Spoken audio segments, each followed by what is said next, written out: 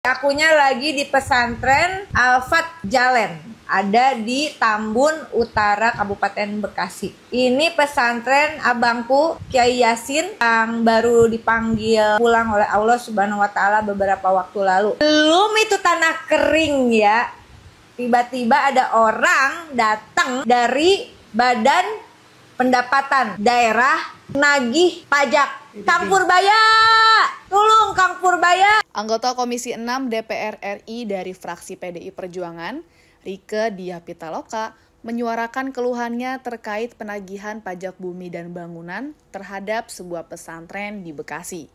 Melalui unggahan di akun Instagram pribadinya pada Selasa 21 Oktober, Rieke meminta perhatian dan bantuan dari Menteri Keuangan Purbaya Yudisadewa agar kasus ini segera ditindaklanjuti. Dalam video yang ia unggah, Rieke menceritakan bahwa pesantren milik almarhum Kiai Yasin tiba-tiba didatangi oleh petugas dari Badan Pendapatan Daerah yang menagih pembayaran pajak.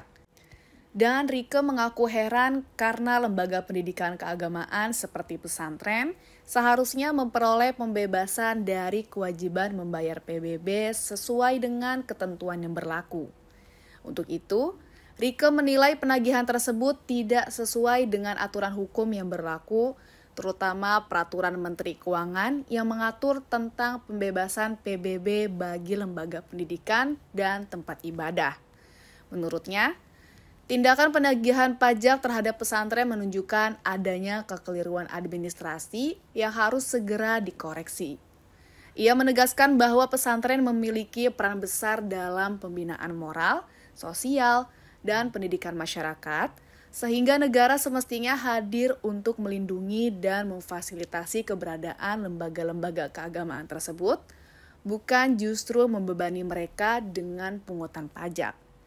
Meski belum ada tanggapan resmi dari Kementerian Keuangan, unggahan Rieke tersebut mendapat banyak perhatian warganet. Beberapa di antaranya mendukung langkah Rieke yang dianggap berani menyuarakan ketidakadilan yang dirasakan oleh lembaga keagamaan di daerah.